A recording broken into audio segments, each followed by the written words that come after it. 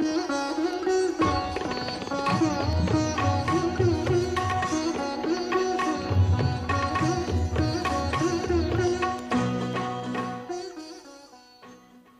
حیدرآباد کی کچی اور تنگ گلیوں سے گزرتے ہوئے اس علاقے میں جا پہنچے جہاں ایک پرانا قبرستان تھا۔ ہر طرف بہت سے چھوٹے بڑے مقبرے تھے، کچھ ڈھہ گئے تھے اور کچھ مقبروں کی پیٹھ قدامت کے بوجھ تلے اب جھک رہی تھی۔ بالآخر ہم ایک چھوٹے سے سالم اور ثابت مقبرے میں داخل ہوئے۔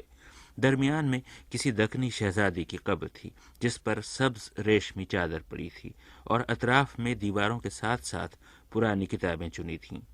یہ سید محمد عبدالرزاق عرشی صاحب کا کتب خانہ تھا۔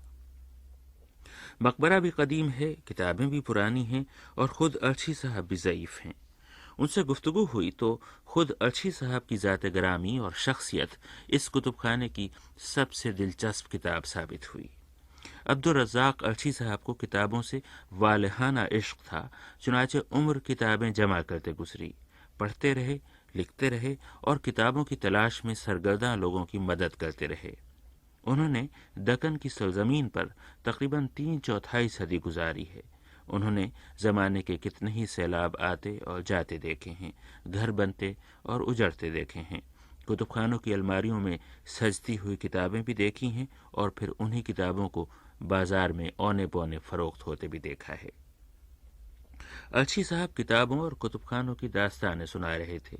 میں شہزادی کی قبر پر ایک کوہنی ٹیکے بیٹھا تھا اور بڑے انہماک سے ان کی باتیں سن رہا تھا۔ بتا رہے تھے کہ دکن میں کسی زمانے میں کتابوں کے ذخیروں کی کیا آن بان تھی۔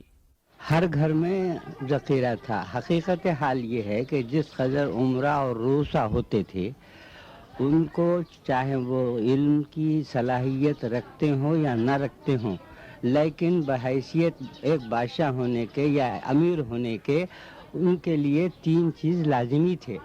ایک پہلے سلا خانہ، دوسرا کتب خانہ، تیسرا جواہر خانہ، اور یہ 3 چیزیں ہر امیر کے پاس اور ہر نواب کے پاس رہتی تھی۔ کہنے لگے کہ کتنے ہی امیر اور نواب تو ایسے تھے کہ ان کے منشی کتابیں پڑھ کر انہیں بتا دیا کرتے تھے کہ ان میں کیا لکھا ہے۔ اس کے بعد یہ عمرا اور رؤسا محفلوں اور مجلسوں میں بیٹھ کر ان کتابوں کی باتیں کچھ یوں کرتے تھے جیسے خود ان کے گھر میں تصنیف کی گئی ہوں۔ مگر خیر، وہ زمانہ بھی گیا اور وہ طور طریقے بھی رخصت ہوئے۔ میں نے عبدالرزاق عرشی صاحب سے پوچھا کہ اب اس نئے دور میں حیدرآباد میں کتنے کتب خانے ہیں؟ حیدرآباد میں 20 کتب خانے ہیں، اور سب سے بڑا کتب خانہ تو اسٹیٹ لائبریری ہے۔ اس کو نواب عماد الملک، محسن الملک، چراغ علی یہ لوگ مل کر 1300 ہجری میں قائم کی، غالباً 1300 ہجری میں قائم کیے، جس کی نظامت کے لیے مولانا علی حیدر صاحب طباطبائی کو وہاں محتممی کی خدمت میں فائز کیا گیا۔ 5000 روپئے عماد الملک محکمہ تعلیمات سے اس کی گرانٹ خریدی کتب کے لیے اس زمانے میں دیا کرتے تھے۔ رفتہ رفتہ رفتہ رفتہ جب ہمارا دور آیا، کتب خانہ آصفیہ جب نئے پل کے پاس بنا اور عابد شاپ سے برخاست ہوا، تو اعلیٰ حضرت سے نواب ضیاء جنگ بہادر چونکہ صدر کتب خانہ تھے، ان سے اور حیدری صاحب سے کہہ کر 75,000 روپئے تک اس کا گرانٹ منظور کرائے، جس میں 50,000 روپئے صرف اردو، فارسی، عربی کے لیے اور 25,000 انگریزی کے شعبے کے لیے مقرر کیے گئے تھے، اور وہ خریدی برابر کئی زمانے تک جاری رہی۔ جس قدر بھی حیدرآباد کے نادر و کمیاب کتب خانے تھے، چونکہ نواب ضیاء جنگ بہادر حیدرآباد ہی کے ایک ممتاز گھرانے سے اور اہل علم کے گھرانے سے تھے، اس اعتبار سے جن جن کے پاس جو ذخیرہ ہوتا تھا وہ نواب صاحب کے توسط سے کتب خانے آصفیہ میں آتا اور کتب خانے آصفیہ میں خریدا جاتا تھا۔ تو یہ شان تھی کتب خانہ آصفیہ کی۔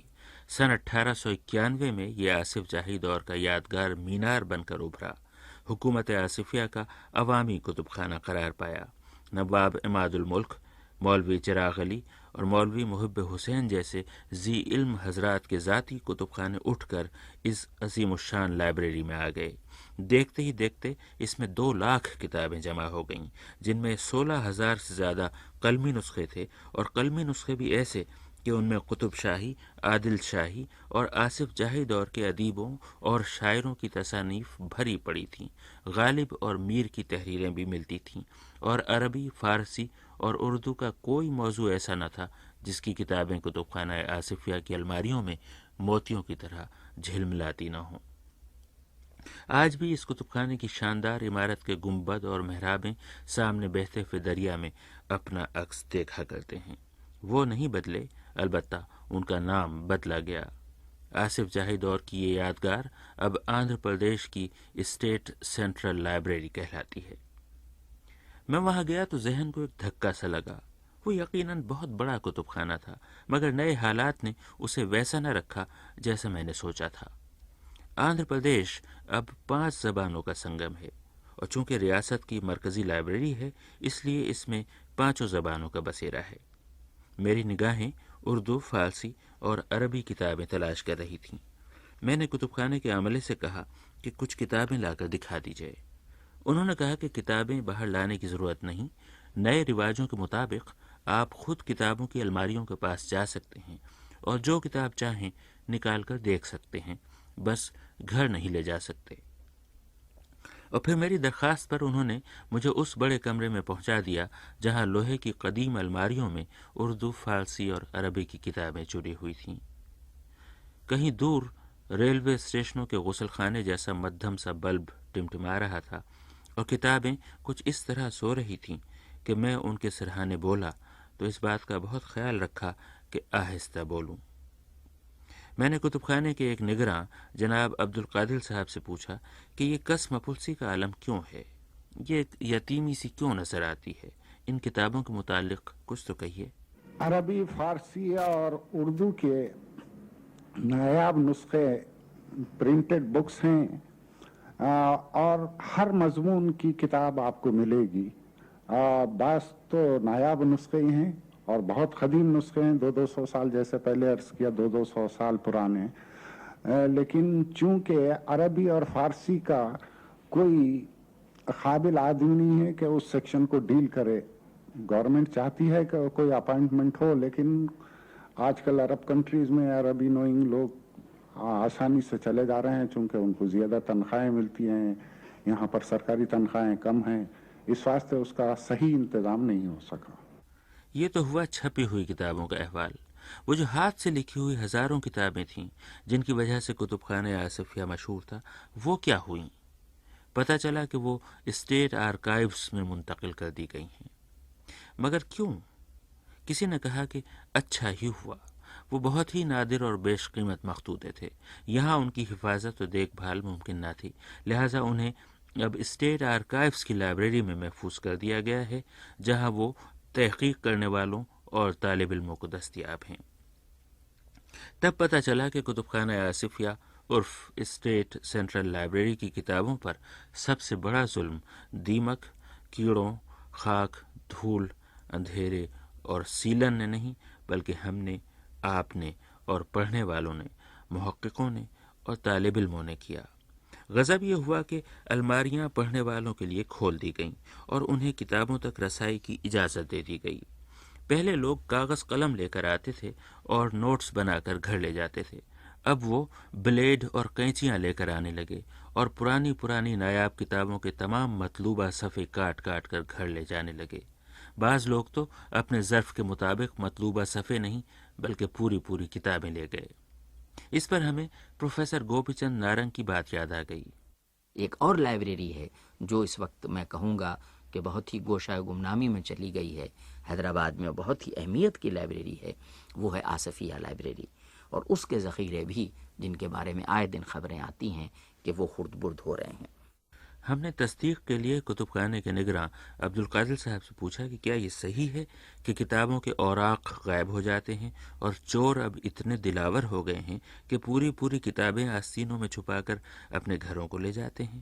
یہ مرض تو عام ہے، ہر لائبریری میں یہ شکایت ملے گی آپ کو، اور پھر یہ نیا سسٹم، اوپن ایکسیس سسٹم، کہ ہر ریڈر اپنی کتاب جا کے شیلف سے لے۔ اصل بیماری یہ ہے، ہمارے لوگ اتنے تعلیم یافتہ نہیں ہیں کہ اس کی اہمیت کو محسوس کریں۔ ہمارے لائبریری اصول سے بک مس پلیس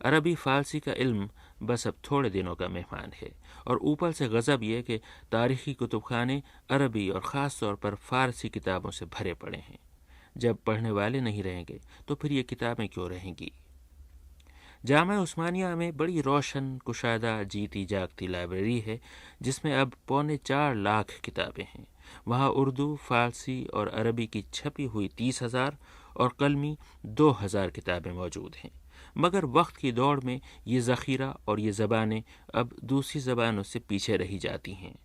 جامعہ عثمانیہ میں یہ کتابیں تو ہیں، مگر ان کے ہونے سے کبھی وہ جو ایک رعنائی خیال تھی وہ اب کہاں، جیسا کہ پروفیسر گوپی چند نارنگ نے کہا۔ عثمانیہ یونیورسٹی لائبریری میں بھی بہت بڑا ذخیرہ ہے، لیکن آپ کو معلوم ہے کہ عثمانیہ یونیورسٹی کا کردار اب وہ نہیں ہے اورینٹل سٹڈیز کے معاملے میں، علوم اسلامیہ کے معاملے میں یا اردو تحقیقات کے معاملے میں جو مولوی عبدالحق کے زمانے میں ہوا کرتا تھا، یا جس زمانے میں وہاں دارالترجمہ نام سے جس میں وحید الدین سلیم تھے اور کسی زمانے میں علی بالگرامی تھے اور دوسرے حضرات تھے جنہوں نے کتنا محتم بالشان کام کیا عثمانیہ یونیورسٹی سے۔ ظاہر ہے کہ اب وہاں ایک معمولی اردو کا شعبہ ہے اور وہاں جتنا استفادہ ان ذخائر سے ہو سکتا ہے شاید نہیں ہو رہا۔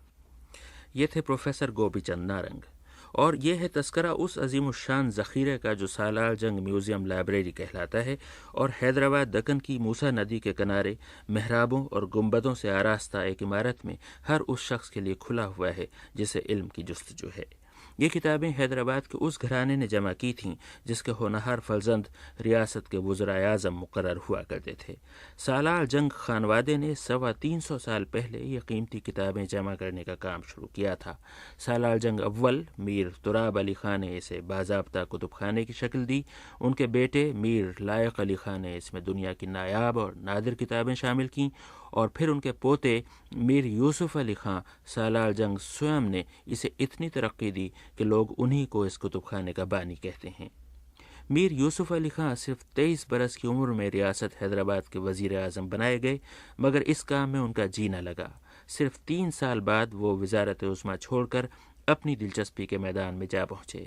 انہیں دنیا کے مختلف علاقوں میں سفر کرنے اور نایاب کتابیں، نادر چیزیں، جواہرات اور تاریخی یادگاریں جمع کرنے کا شوق تھا۔ دیکھتے دیکھتے انہوں نے اپنے محل کو عجائب گھر بنا ڈالا، اور ان کا یہ میوزیم اور ان کا یہ کتب خانہ آج بھی ان کے نام کو زندہ رکھے ہوئے ہے۔ کتب خانہ سالار جنگ میں ہاتھ سے لکھی ہوئی عربی، فارسی، اردو اور ترکی کتابوں کی تعداد 9,000 سے زیادہ ہے۔ یہاں صرف قرآن مجید کے تقریباً 400 نسخے ایسے ہیں کہ ان کی زیارت سے دل نہیں بھرتا۔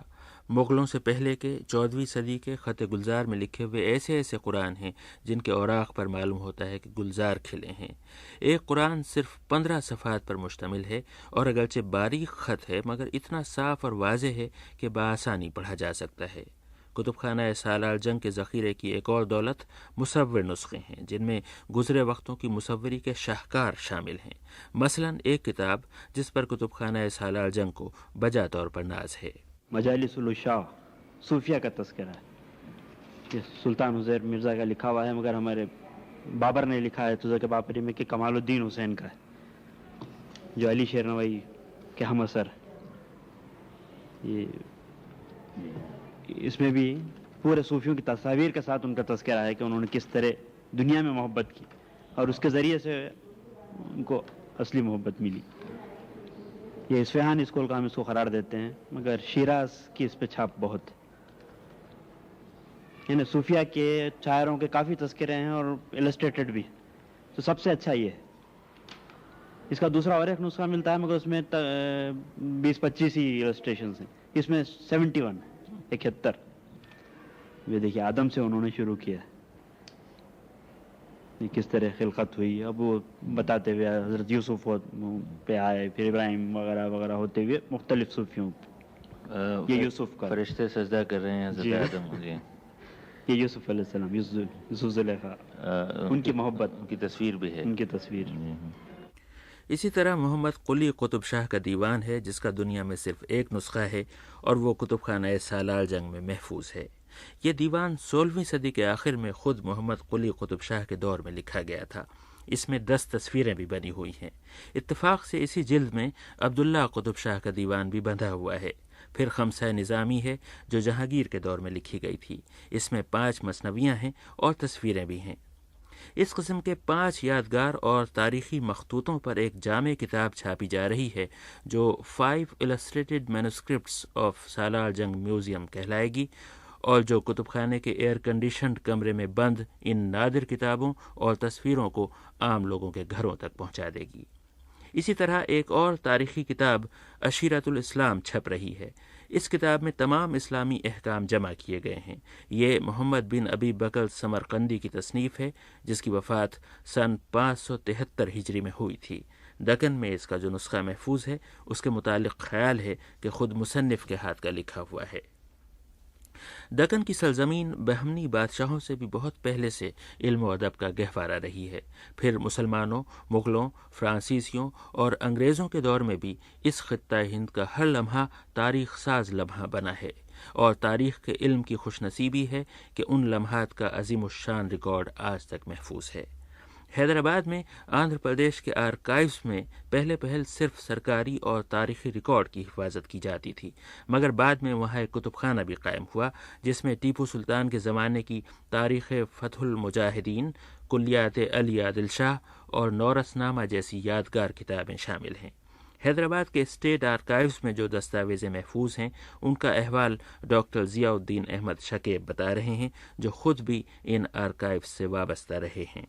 یعنی حیدرآباد میں جو آندھرا پردیش کا آرکائیوز ہے، خود تنہا وہاں 2 کروڑ کاغذ تو مغلوں کے ہیں، اور ان کے علاوہ بہمنیوں کے، قطب شاہوں، عادل شاہوں، بری شاہوں اور انگریزوں کے بہت سے کاغذ ہیں۔ قدیم ترین کاغذ اس دور کے ہیں جب ابھی تیمور زندہ تھا، اور فیروز شاہ بہمنی کا فرمان سن 1406 کا ہے، جو میں سمجھتا ہوں قدیم ترین کاغذ ہے جو سرکاری اداروں میں محفوظ ہے۔ ڈاکٹر ضیاء الدین احمد شکیب۔ حیدرآباد کا ایک کتب خانہ دل کو بہت دکھاتا ہے۔ یہ نایاب کتابوں کا ایک ایسا چشمہ ہے جو خزاں کے پتوں تلے چھپ گیا ہے۔ البتہ اتنا ہے کہ علم کی پیاس بجھانے والے اب بھی ان پتوں کو سرکا کر 2-4 گھونٹ پی لیا کرتے ہیں۔ یہ کتب خانہ سعیدیہ ہے جو مدراس کے عظیم علمی گھرانے کے ایک فرزند مفتی مولوی محمد سعید خان کی یادگار تھا۔ کتب خانہ سعیدیہ میں 4000 سے زیادہ نایاب قلمی کتابیں ہیں۔ اسلامی تاریخ اور دکنی تمدن پر بڑا ذخیرہ موجود ہے۔ ٹیپو سلطان اور لارڈ کلائیو کے ذاتی خط اور کئی شاہی فرمان محفوظ ہیں۔ بس اس کا المیہ یہ ہے کہ اتنے بڑے خزانے کی دیکھ بھال کرنا اب مشکل ہو گیا ہے، چنانچہ کتب خانہ سعیدیہ زیادہ تر بند رہتا ہے۔ اگر اس کو دن کی روشنی اور تازہ ہوا نصیب نہ ہوئی تو یہ بے مثال دولت بھی وہیں پہنچ کر دم لے گی جہاں مفتی سعید مرحوم چین کی نیند سو رہے ہیں۔ خدا انہیں جنت نصیب کرے اور ان کی کتابوں کو نئی زندگی۔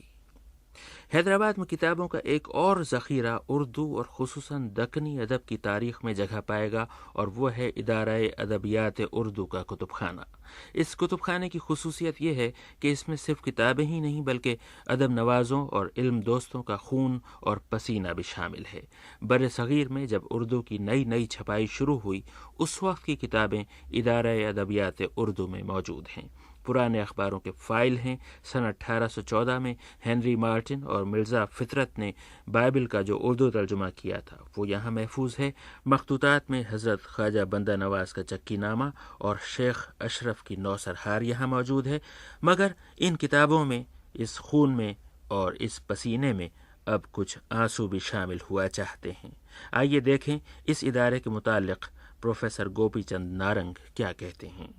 ایک ذخیرہ اور ہے اور دکھ ہوتا ہے ذکر کرتے ہوئے، جسے ڈاکٹر محی الدین قادری زور مرحوم و مغفور، خدا انہیں کروٹ جنت نصیب کرے، کیونکہ انہوں نے کوئی 4000-5000 سے بھی زیادہ اردو، فارسی، عربی مخطوطات، بالخصوص اردو اور فارسی قدیم تذکرے اور دکنی ادبیات کی پرانے تمام دواوین، کلیات اور ایسی کتابیں، نثر کی بھی داستانیں وغیرہ، ادارہ ادبیات اردو، انہوں نے اپنی ذاتی گرہ سے اس کے لیے زمین خریدی، ادارہ بنایا، اسے چلایا، لیکن ان کی بے وقت موت سے اب اس ادارے میں وہ کام نہیں ہو رہا جو کسی زمانے میں اس سے توقع کی جاتی تھی، اور 4 یا 5 جلدوں میں تذکرہ مخطوطات ادارہ ادبیات اردو چھپا ہوا ہے، اور اس میں سب سے بڑا ذخیرہ قطب شاہی اور عادل شاہی زمانے کے شاعروں، ادیبوں، مصنفین اور ان کے علاوہ شاہی فرامین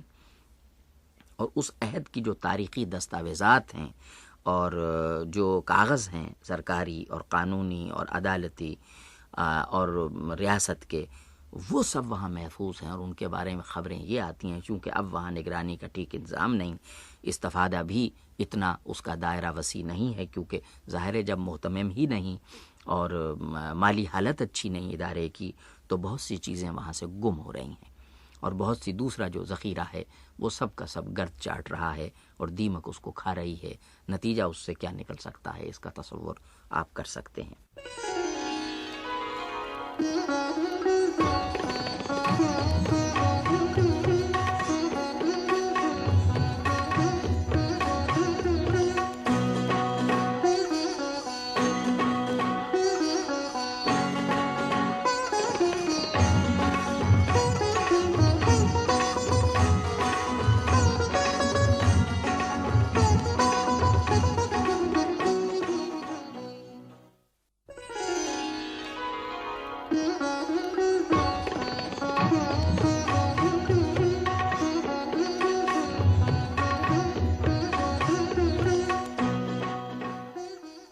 ہوا یہ کہ میں نے کراچی میں مرزا ظفر الحسن کو خط لکھا اور پوچھا کہ آپ ابن انشا لائبریری کھول رہے تھے، اس کا کیا بنا؟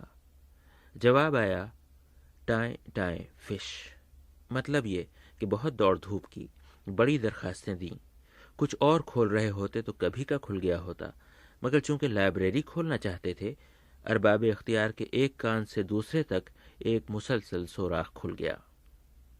ابن انشا جیسے شخص کی قسمت میں آئی تو نارتھ ناظم آباد کی ایک چھوٹی سی سڑک، اور لوگ ہیں کہ اس کا بھی نام مٹا ڈالنے پر تلے ہوئے ہیں۔ کراچی کے بارے میں بہت کم لوگ جانتے ہیں کہ کتابوں کی کتنی بڑی دولت پورے بر صغیر سے سمٹ کر وہاں پہنچی ہے، اور کسی کو خبر نہیں کہ کون سے خستہ حال مکان میں کیسے کیسے نادر اور تاریخی نسخے آج تک اپنے محسنوں کے منتظر ہیں۔ لیکن شاید اب اس شہر کے نصیب میں کوئی دوسرا ممتاز حسن نہیں ہے۔ جس طرح دلی کے حصے میں حکیم عبدالحمید آئے، یہ بٹوارہ کراچی کو کوئی ایسی شخصیت نہ دے سکا کہ کتابیں جس کی حمد کریں۔ کچھ ایسی ہی بات ایک روز مشفق خواجہ صاحب نے بھی کہی۔ پاکستان کے بننے کے بعد ہندوستان سے جو لوگ آئے وہ اپنے ساتھ مخطوطات بھی لے کر آئے، اور یہ سلسلہ ایک طویل عرصے تک جاری رہا۔ حکومت پاکستان نے نیشنل میوزیم کے لیے ان مخطوطات کی خریداری کی، اور ممتاز حسن مرحوم جو تھے وہ خاص طور پر اس سے دلچسپی رکھتے تھے، تو اس وقت نیشنل میوزیم میں تقریباً 9000 مخطوطات ہیں، اور جن میں سے بہت سے مخطوطات منحصر بفرد ہیں، یعنی ان کا کوئی دوسرا نسخہ دنیا کے کسی کتب خانے میں موجود نہیں ہے۔ اسی طرح مولوی عبدالحق جب آئے تو وہ انجمن ترقی اردو کی لائبریری کے مخطوطات کا ایک حصہ اپنے ساتھ لیتے آئے، اور وہ بھی بہت نادر ذخیرہ، خصوصاً دکنیات سے متعلق کتابیں اس میں بہت ہیں۔ یہ چیزیں بھی اب نیشنل میوزیم میں ہیں۔ مجھے بڑا اشتیاق ہوا یہ شاندار ذخیرہ دیکھنے کا، چنانچہ میں نیشنل میوزیم پہنچا اور یہ 9000 مخطوطے دیکھنے کی خواہش ظاہر کی۔ جواب ملا کہ لائبریرین صاحب دستیاب نہیں، اس لیے داخلہ بھی ممکن نہیں۔ کتابوں کی حالت جاننے والے بعض علم دوستوں نے مجھے پہلے ہی خبردار کر دیا تھا کہ یہی جواب ملے گا۔ اچھا، تو اب کیا صورتحال ہے؟ کیا اب سن 80 کے عشرے میں بھی پرانی کتابیں اور مخطوطے اسی طرح خریدے جاتے ہیں؟ ہمارے ہاں مخطوطات کی خریداری کے سلسلے میں کوئی دلچسپی کسی کو نہیں ہے۔ جتنا بھی کام ہوا یہ ایک فرد کی ذاتی دلچسپی کی وجہ سے، اور وہ مرحوم ممتاز حسن، وہ مر گئے تو یہ سلسلہ بھی ختم ہو گیا۔ کراچی میں قدیم اور نادر کتابوں کے ذاتی ذخیرے کتنے لوگوں کے پاس ہیں، انہیں شمار کرنا مشکل اور ان کی فہرست بنانا ناممکن ہے، مگر جن کو ہم جانتے ہیں ان کی گفتگو ذرا دیر بعد ہوگی۔ پہلے آئیے بحر عرب کے ساحل سے ضلع دادو کی پہاڑیوں تک پھیلے ہوئے اس وسیع و عریض شہر کے بڑے کتب خانوں کی بات کریں۔ کراچی میں کتابوں کا سب سے بڑا ذخیرہ یونیورسٹی کی ڈاکٹر محمود حسین لائبریری میں ہے۔ وہاں موجود کتابوں کی تعداد اب 2.5 لاکھ ہوا چاہتی ہے۔ پھر لیاقت میموریل لائبریری ہے، جہاں یوں تو 1 لاکھ لیکن مشرقی علوم کی 30,000 کتابیں ہیں۔ انجمن ترقی اردو کے کتب خانہ خاص اور کتب خانہ عام میں ایسا ذخیرہ ہے جس کی نظیر نہیں ملتی۔ پھر پاکستان ہسٹوریکل سوسائٹی کا اپنا کتب خانہ ہے۔ آل پاکستان ایجوکیشنل کانفرنس کی اپنی لائبریری ہے جو بہت ہی گراں قدر ہے۔ اس کے علاوہ اہل علم حضرات نے اسٹیٹ بینک آف پاکستان اور نیشنل بینک میں کتب خانوں کے پودے لگائے تھے جو اب تناور درخت بن چکے ہیں۔ خالق دینہ ہال کی لائبریری بہت قدیم تھی۔ تھیوسافیکل ہال کا ذخیرہ بھی بہت پرانا تھا، ان کا تازہ احوال معلوم نہیں۔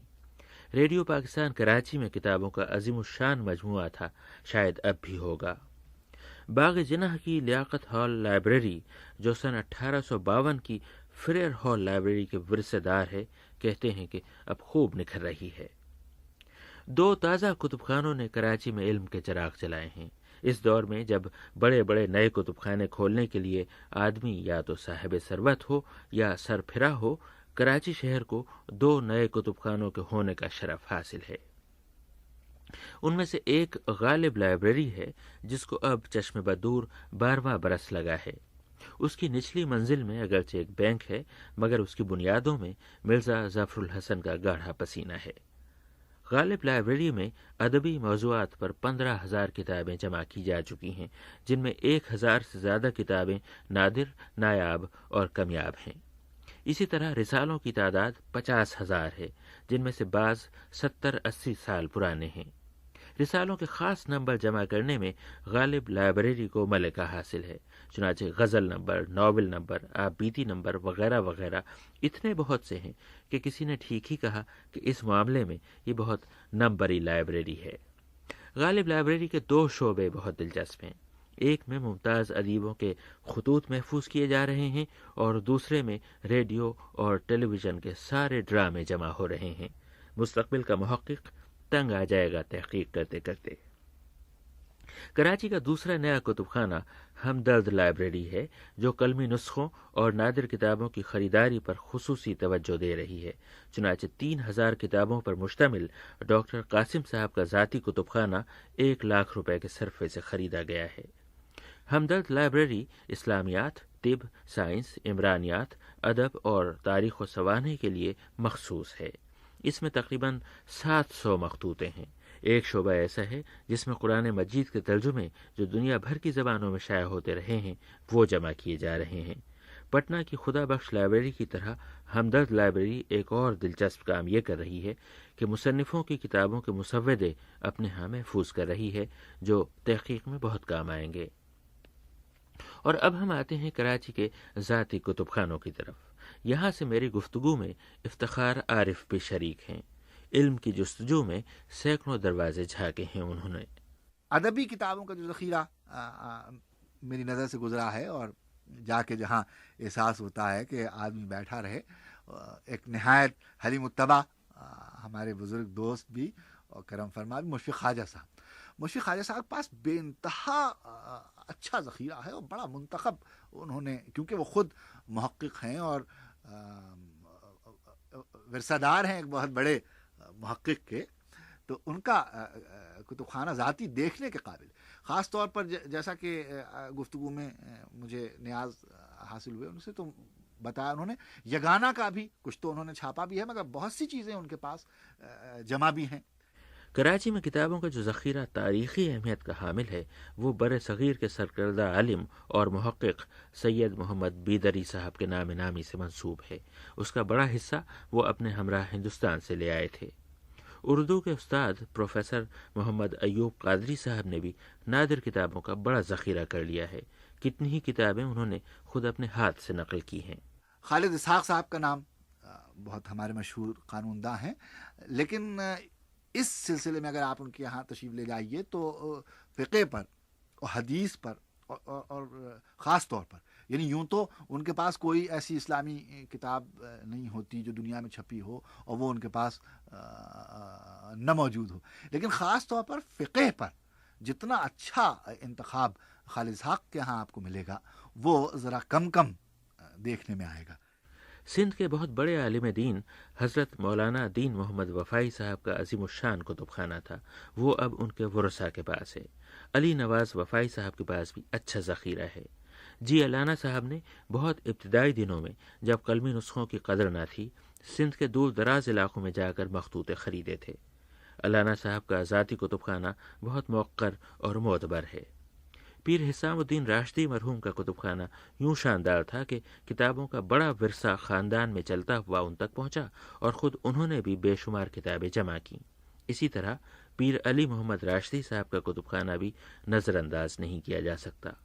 کریم بخش خالد صاحب بھی شاندار کتابوں کے ذخیرے کے مالک ہیں۔ اس کے بعد مجھے اتفاق ہوا ہے حضرت علامہ رشید ترابی اللہ مقامہ کا کتب خانہ دیکھنے کا۔ ان کے زمانے میں حاضری کا شرف مجھے حاصل ہوا تو میں نے دیکھا نہایت عمدہ، بہت ہی منتخب اسلامی تاریخ کا وہ کتب خانہ تھا، اور پھر فلسفے پہ الگ کتابیں، کیونکہ ان کو ادبیات سے بہت شغف تھا، اس کی الگ کتابیں، بڑا ان کے پاس عمدہ انتخاب تھا۔ اسی نوعیت کی کتابیں حضرت مولانا مصطفیٰ جوہر صاحب کے کتب خانے میں ہیں۔ حضرت مولانا مہدی پویا صاحب، حضرت مولانا یوسف بن نوری صاحب، مفتی محمد شفیع صاحب اور مولانا احتشام الحق تھانوی صاحب کا شمار اکابرین میں ہوتا ہے۔ ان سب کے ذاتی ذخیرے تھے۔ عربی ادب کے دور حاضر کے سب سے بڑے علماء میں ہمارے علامہ عبدالعزیز میمنی صاحب سر فہرست ہیں۔ ان کا بہت عظیم الشان کتب خانہ تھا۔ اسی طرح علامہ خلیل عرب بھی بڑے بھاری کتب خانے کے مالک تھے۔ مولانا عبدالقدوس ہاشمی صاحب کا ذاتی ذخیرہ ایسا ہے کہ محقق اس میں نہ جائے تو تحقیق کے کتنے ہی گوشے تاریک رہ جائیں۔ پھر ایک اور سلسلہ ہے، جیسے ہمارے حکیم نصیر الدین صاحب ہیں اور ہمارے محمود احمد برکاتی صاحب ہیں۔ یہ دو بزرگ ایسے ہیں کہ جن کے ہاں نہ صرف یہ کہ ہمارے طب پر بہت کتابیں آپ کو مل جائیں گی، بلکہ فلسفے کی بہت کتابیں ملیں گی، اور ان خاص طور پر بیدل پر جتنا ذخیرہ آپ کو مولانا حسن مثنی ندوی کے ہاں اور حکیم نصیر الدین صاحب کے ہاں ملے گا، وہ میں نہیں سمجھتا کہ اور ہندوستان پاکستان میں فرد واحد کے پاس کہیں ملے۔ اسی طرح حکیم محمد سعید صاحب کے پاس بے مثال ذاتی ذخیرہ تھا۔ ہو سکتا ہے کہ اس کا کچھ حصہ انہوں نے ہمدرد فاؤنڈیشن لائبریری کو منتقل کر دیا ہو۔ شان الحق حقی صاحب اور حفیظ ہوشیار پوری صاحب کے پاس بھی اچھے کتب خانے ہیں، مگر ایک بہت ہی نادر اور عظیم ذخیرہ جمیل جالبی صاحب کے پاس ہے، جو اپنی تاریخ ادب اردو کے لیے متواتر تحقیق کر رہے ہیں۔ تحقیق کے میدان میں مولانا اعجاز الحق قدوسی صاحب کا نام تعارف کا محتاج نہیں۔ صوفیاء کرام پر ان کی زبردست ریسرچ ہے اور اسی مناسبت سے ان کا ذاتی کتب خانہ بھی قابل منزلت ہے۔ حیدرآباد دکن سے جو کتابیں پاکستان منتقل ہوئیں ان کا نہایت اچھا ذخیرہ عبدالرؤف عروض صاحب، مرزا ظفر الحسن صاحب، مسلم ضیائی صاحب اور عمر مہاجل صاحب کے پاس ملے گا، اور کچھ ایسا ہی کتب خانہ فاطمہ ثریا صاحبہ کے پاس ہے جو بجیا کے نام سے مشہور ہیں۔ ملیح آباد کے ڈاکٹر فضل عظیم صاحب کے پاس مخطوطوں کا خاصا بڑا مجموعہ ہے جو انہوں نے بہت حفاظت اور احتیاط سے رکھا ہے۔ ویسے یہ طے ہے کہ کتابوں کا سودا جس کے سر میں سما جائے پھر اسے چین سے بیٹھے کبھی نہیں دیکھا۔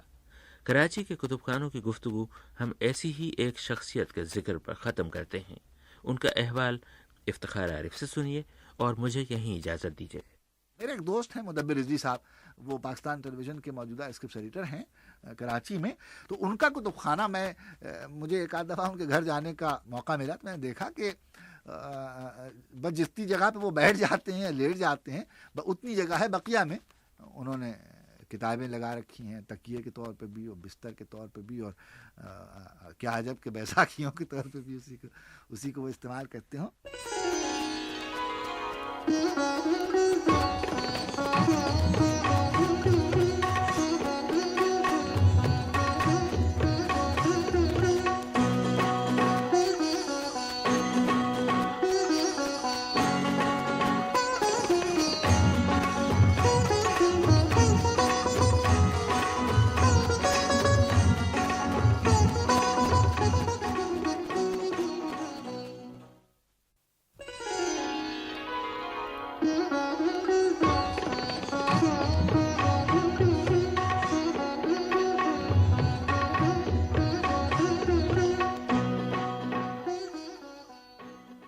آئیے آج کتابوں کی تلاش میں ایک ایسے خطے میں چلیں جہاں عام لوگوں کی نگاہ بھی نہیں پہنچتی۔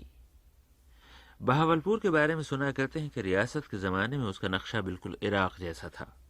وہاں عراق سے لا کر کھجور اگائی گئی تھی، یہاں تک کہ ریاست کا دارالخلافہ بغداد الجدید کہلایا جانے لگا۔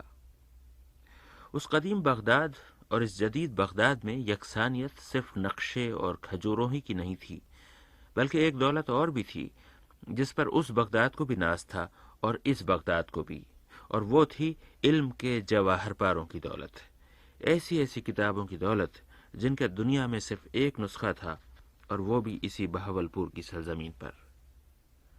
اچ شریف کا نام ہم نے پہل مزاروں، گدیوں اور خانقاہوں کے باعث سنا تھا، پھر تاریخ میں بارہا اس کا ذکر آیا، کس طرح دارا شکوہ بھاگتا ہوا اچ پہنچا تھا اور کس طرح اورنگزیب کی فوجیں اس کی بو سونگتی سونگتی وہاں پہنچی تھیں۔ پھر کسی نے بتایا کہ شہر اچ کو تاریخ میں ایک عجیب مقام یوں حاصل رہا ہے کہ اہل بیت کے گھرانے کی کتنی ہی ہستیاں حجاز، عراق اور ایران کو چھوڑ کر اچ میں تشریف لائیں اور پھر یہیں کی ہو رہیں۔ اور اب آخر میں یہ انکشاف ہوا کہ کہنے والے تو یہاں تک کہتے ہیں کہ 11ویں امام حضرت حسن عسکری علیہ السلام بخارا چھوڑ کر ہندوستان تشریف لائے اور اچ میں قیام فرمایا، مگر کتابیں تو خیر ایسی روایتوں سے بھری پڑی ہیں جن کی نہ کہیں سند ملتی ہے اور نہ کہیں تصدیق ہوتی ہے۔ تو آئیے آج بہاولپور کی اسی سرزمین میں چھپے ہوئے کتابوں کے ذخیروں کی باتیں کریں۔ اس میں نئے، پرانے، سرکاری، نیم سرکاری، ذاتی اور نجی ہر قسم کے کتب خانوں کی باتیں ہوں گی۔ بہاولپور یونیورسٹی کے شعبہ اردو کے استاد جناب اسلم ادیب ان دنوں برطانیہ میں تحقیق اور مطالعہ کر رہے ہیں۔ ہم نے انہیں اپنے اسٹوڈیو میں مدعو کیا اور دعوت دی کہ وہ بہاولپور کی کتابوں کے بارے میں اور وہاں کتب خانوں کی روایت کے متعلق کچھ فرمائیں۔ بہاولپور کے کتب خانے جو ہیں ان کی اہمیت تو بہاولپور کے تاریخی اور ادبی پس منظر سے بنتی ہے، چونکہ بہاولپور میں ایک ادب کی قدیم روایت موجود ہے۔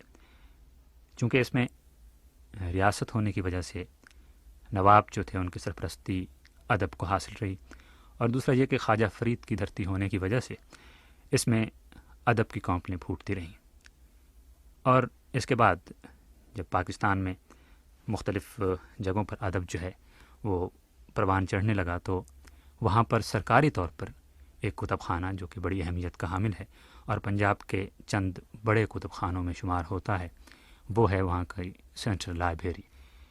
اس سرکاری سرپرستی میں ہونے والی لائبریری کے علاوہ وہاں کی سب سے بڑی جو ایک لائبریری ہی کہنی چاہیے، ہے تو ذاتی کتب خانہ، لیکن اس میں جو ذخیرہ ہے وہ کسی بھی بڑی لائبریری سے کم نہیں ہے، وہ ہے اچ شریف میں گیلانی خاندان کی لائبریری۔ اس کے ساتھ کچھ نجی کتب خانے ہیں جو کہ بڑی اہمیت کے حامل ہیں۔ سینٹرل لائبریری بہاولپور کی، اس کا ذکر ہم نے بارہا سنا ہے، اور پنجاب میں کتب خانوں کی قدیم روایت ہے، بڑے مالدار کتب خانے خاص طور سے پبلک لائبریریز پنجاب میں بڑی قدیم ہیں۔ بہاولپور کی سینٹرل لائبریری کی کیا خصوصیات ہیں؟ سینٹرل لائبریری جیسے میں نے شروع میں عرض کیا کہ یہ قیام پاکستان کے ساتھ ہی یہ لائبریری وجود میں آتی ہے۔ جون سن 1947 میں اس کا قیام ہوا، اور یہ لائبریری اس وقت اپنے ذخیرہ کتب کے حوالے سے یہ بڑی منفرد ہو گئی ہے۔ تقریباً اس میں کل جو کتابیں ہیں وہ 80,000 کے قریب بنتی ہیں، اور اس میں موضوعات جو ہیں وہ مختلف ہیں، یعنی فلسفہ، ادب، تاریخ، سیاست اور جو بھی مغرب کے اور مشرق کے علوم ہیں ان سب پر کتب موجود ہیں۔ اور اس علاقے کو یہ لائبریری کس طرح علم دے رہی ہے اس کی ایک مثال یہ ہے کہ اس کے پاس ایک ایسا شعبہ ہے جو کہ گشتی ہے اور جو کہ کتب لے کے اور مائکرو فلمز لے کر جاتا ہے اور جو کہ مختلف لوگوں کو دکھائی جاتی ہیں۔ میں نے کوشش کی ایک بار کہ وہاں کچھ قدیم رسائل مجھے چاہیے تھے، تو مختلف جگہوں پر جانے کے باوجود مجھے نہ مل سکے، تو جب میں وہاں گیا تو میں نے دیکھا کہ پرانی فائلیں سن 47 سے لے کر اب تک کی جتنی بھی فائلیں، مختلف رسائل اور اخبارات ہیں ان کی موجود تھیں۔ اچھا، یہ تو رسالے اور اخبار کی بات ہوئی، کوئی قابل ذکر مخطوط ہے وہاں کے؟ جی، وہاں پر قلمی جو مخطوطات ہیں وہ تقریباً کوئی 150 ہیں، اور ان میں تقریباً 4 صدی ہجری سے لے کر 13ویں صدی ہجری کے درمیان جو لکھے ہوئے قدیم مخطوطے ہیں وہ موجود ہیں، جس میں شاعری پر بھی ہیں۔ مثلا اس میں کچھ ایسے شعراء جو کہ ہندو تھے اور جو کہ اچھی غزل کہہ رہے تھے، ان کے کچھ ہاتھ کے لکھے ہوئے وہاں دیوان موجود ہیں۔ پھر وہاں پر مشکات شریف جو کہ تقریباً 8ویں صدی ہجری 9ویں صدی ہجری کے درمیان کے عرصے میں موجود ہے، اس کا ایک قلمی نسخہ جو ہے اس لائبریری میں موجود ہے۔ اس کے علاوہ اور بھی جو تصوف پر بالخصوص رسائل لکھے گئے، ان کے قلمی مخطوطے ہمیں وہاں ملتے ہیں۔ اچھا، کوئی قدیم ذاتی ذخیرہ جو قابل ذکر ہو، بہاولپور میں ہو، اس کے بارے میں کچھ بتائیے ہمیں۔ قدیم اگر آپ وقت کے اعتبار سے کہتے ہیں تو اس میں اچ گیلانی کا کتب خانہ جو ہے وہ میرے خیال میں پاکستان میں ہی ایک منفرد مثال ہے کہ جس میں قدیم ترین جو کتب ہیں اور غالباً جو بہت نایاب ہیں ان کا ذخیرہ ہمیں اس کتب خانے میں ملتا ہے۔ اور اس کتب خانے میں ہمیں کلام پاک، تفسیر، حدیث، فقہ اور پھر تصوف، فلسفہ، شعر و ادب، تذکرہ نگاری اور مصوری، اور یہ تو ایسی کتب ہیں ان چیزوں کے بارے میں جو کہ ہمیں ہر کتب خانے میں مل جاتی ہیں، لیکن یہاں پر بالخصوص موسیقی، سپاہ گری، شکاریات، روحانی عملیات، نجوم، آثار قدیمہ اور حتیٰ کہ گھوڑوں کی مختلف اقسام کے بارے میں بھی ہمیں بہت ساری کتابیں مل جاتی ہیں۔ اچھا، یہ بتائیے اسلم ادیب صاحب کہ اچ شریف کے ذخیرے میں کچھ ایسے مخطوطے ہیں کہ نام بنام جن کا ذکر کیا جا سکتا ہے؟ جی ہاں، کیوں نہیں۔ میرے خیال میں ایک جو بہت اہم نسخہ ہے اور جس پر کہ اس کتب خانے کو فخر ہوگا وہ ہے کلام پاک کے کچھ اجزاء خط کوفی میں ہرن کی کھال پر لکھے گئے ہیں، اور کہا جاتا ہے کہ حضرت امام حسین رضی اللہ تعالیٰ عنہ کے دست مبارک سے یہ لکھے گئے۔ گو کہ یہ بات تحقیق طلب ہے، لیکن یہ قدیم ترین غالباً وہاں ایک قابل قدر مخطوطہ موجود ہے۔ اس کے علاوہ وہاں پر 3ویں صدی ہجری اور 8ویں صدی ہجری کے درمیان جو قابل ذکر مذہب، تصوف، شعر و ادب میں مثنویاں اور رسائل لکھے گئے، ان کے قلمی نسخے یہاں موجود ہیں۔ اور بالخصوص وہاں پر حضرت عبدالقادر جیلانی رحمۃ اللہ علیہ کے حالات زندگی اور فضائل پر کئی گمنام کتابیں موجود ہیں، ان کے لکھنے والے جو ہیں معلوم نہیں، لیکن وہ بہت اہم ہیں۔ اس طرح وہاں پر شہنشاہ جہانگیر کی خود نوشت یادداشتوں کا قلمی نسخہ اقبال نامہ جہانگیری، یہ بڑی اہمیت کا حامل ہے، وہاں موجود ہے۔